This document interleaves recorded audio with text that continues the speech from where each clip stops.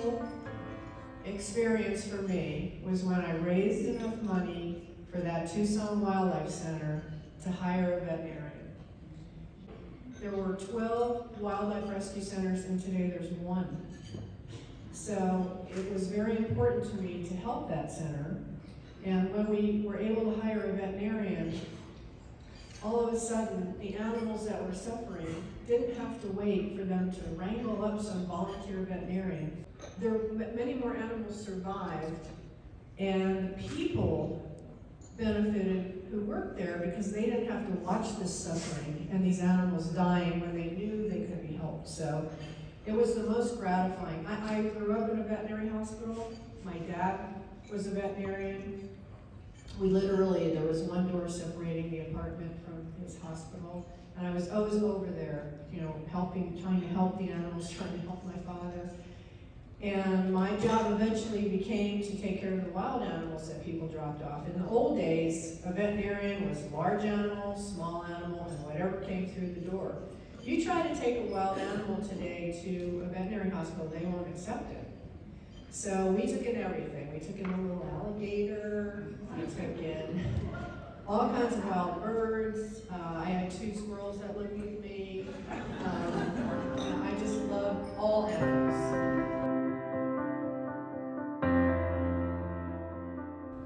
This is Tucson Wildlife Center, and their mission is rescue, rehab, and release.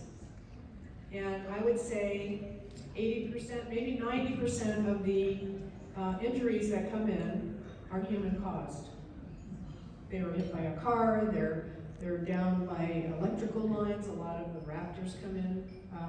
Construction sites, this baby bobcat was orphaned on a construction site when the equipment ran over the mom.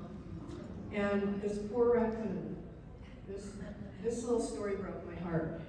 Someone tied this raccoon, bound his hands and feet, and his mouth, and they threw him over a fence.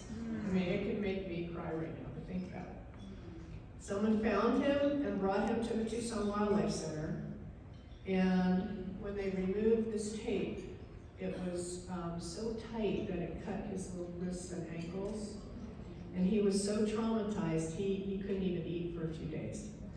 And they took good care of him, brought him back, put him in with some other young raccoons that were there, and he was eventually released. And that's why I help this organization. Every year I try to, I give to a lot of charities. That's part of the mission of the gallery when we first started it. When we started our animal foundation, and we give to human charities as well as animal. But for those that I'm particularly close to, I may do original paintings for. And this is a painting of 4 coyote pups. The mom knew she was going to die.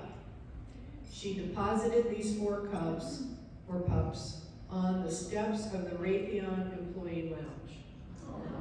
And when the people came in the morning, the entrance, there were these 4 little baby coyotes that the mom had left there, and she knew the people were going to take care of them. They called the Tucson Wildlife Center, and they came in and took them and raised them and released them. We have a mom bobcat who cannot be released at the center, and she fosters all the little babies that come in. And her name is Ruby, and this was one of the babies that she took care of. This is a beautiful kestrel falcon, and it just reminds me, I was walking in my own neighborhood with my dogs one day, and I saw this hawk sitting on a stump. And I thought, well, when I get near him, he's going to fly away, but what a beautiful thing to see. And he didn't move. And I'm like, something's wrong with this bird. So I went home and I got a box, and I went back and I picked him up and I put him in the box, and I took him to Tucson Wildlife Center, and he'd been poisoned. So what happened, not purposely, but people poison their, the pack rats or whatever they're trying to get rid of. the animal dies, and then the birds eat them, and then they get poisoned. So please don't poison anything. But this is one of the birds that lives at the center. He's called an educational animal because he was so damaged that he can never fly. So he is on display, and school kids come and see some of the animals. These little baby javelina were orphaned, and I made the mistake of going out to photograph them in my sandals. And they tried to bite my toes, but the title of this painting is called Looking for Mom, because they could not find their mom. They have a big hummingbird population out there, and in Tucson, what happens is, the hummingbirds don't migrate sometimes, and they'll get so cold in the winter, and they'll just fall out of a tree. So if you see a hummingbird lying on the ground, don't assume it's dead in the winter. It may be able to be resuscitated once it's warmed up, and the Tucson Wildlife Center knows how.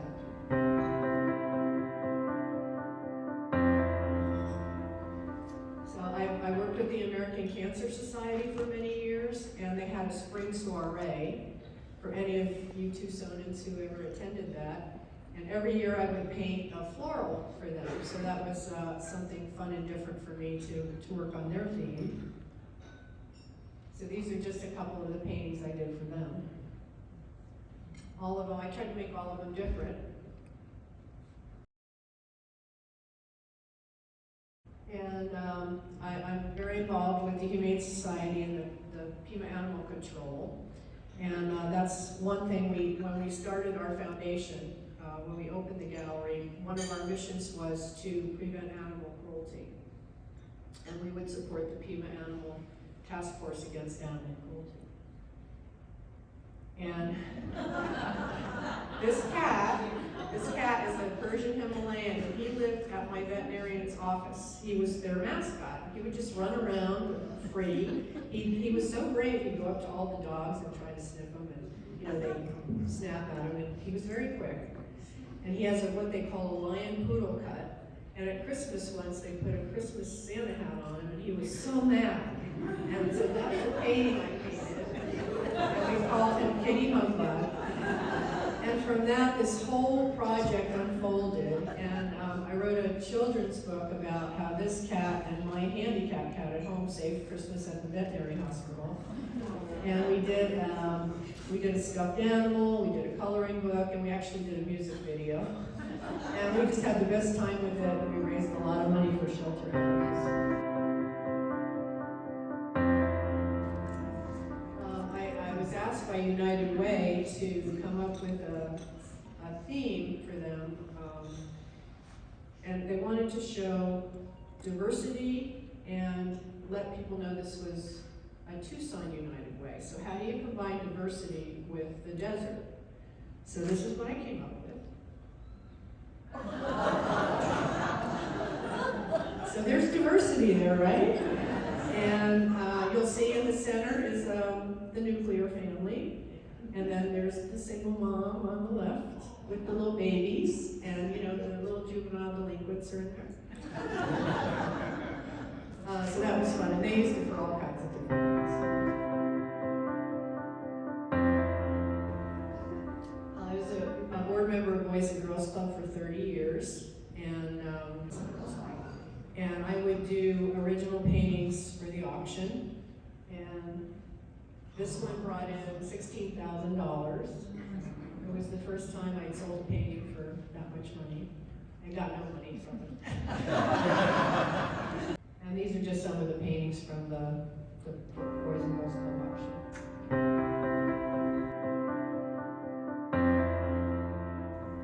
And then Trot is therapeutic riding of Tucson. People know about Trot?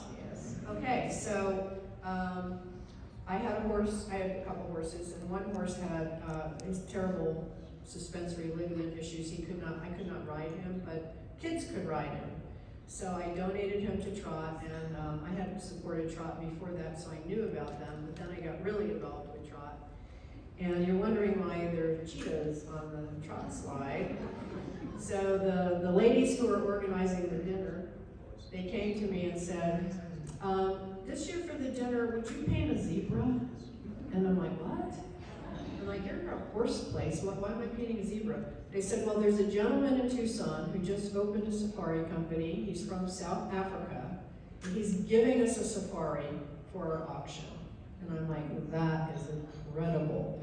So I painted the zebra. They called the dinner a horse of a different color. And they were going over to see this gentleman after my meeting. And I said, you know what, I'm so thankful for him and to him. Please give him this little print that I did of lions. He'll appreciate lions. So they gave it to him, and about a week later, I get a phone call. And he said, Diana, in his South African accent, which I can't repeat. He said, I looked at your website, I see you have a foundation for animals, I like your paintings, let's go to lunch, and let's talk. And I'm like, okay.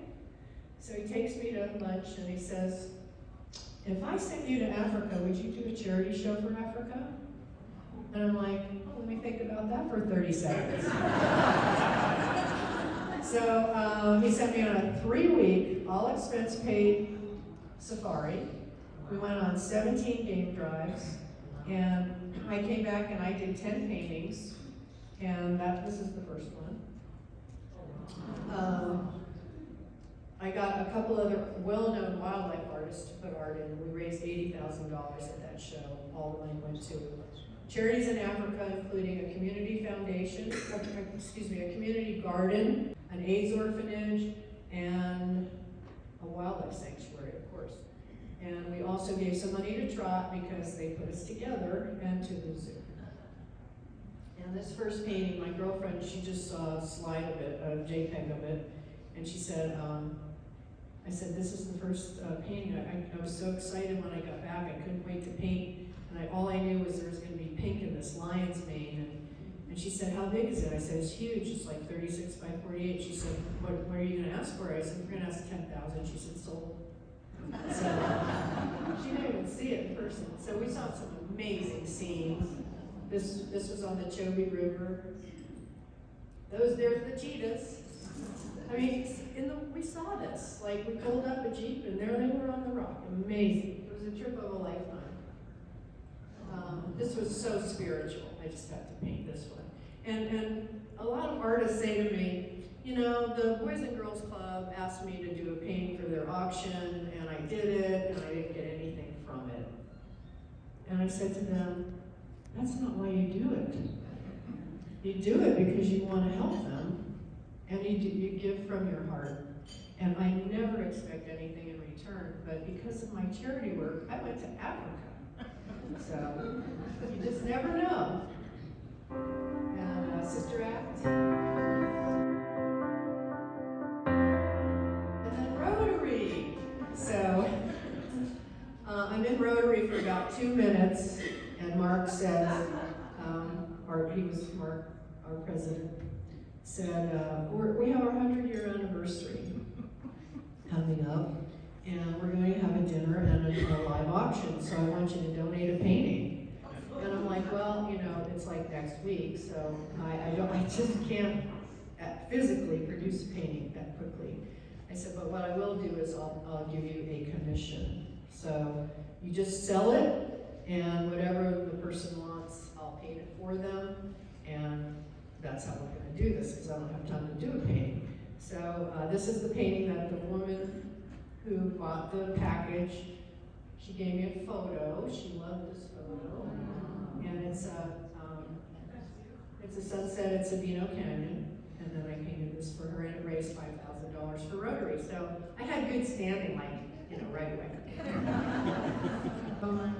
I'm going to finish with my favorite quote of all time. It's by Mary Oliver, who is a Nobel Prize winning poet. My girlfriend gave this to me a long time ago, and I look at it all the time, and I think about it all the time, and I'm going to challenge you guys to do the same today. It's one sentence, very powerful. Tell me what you plan to do with your one wild and precious life. So thank you.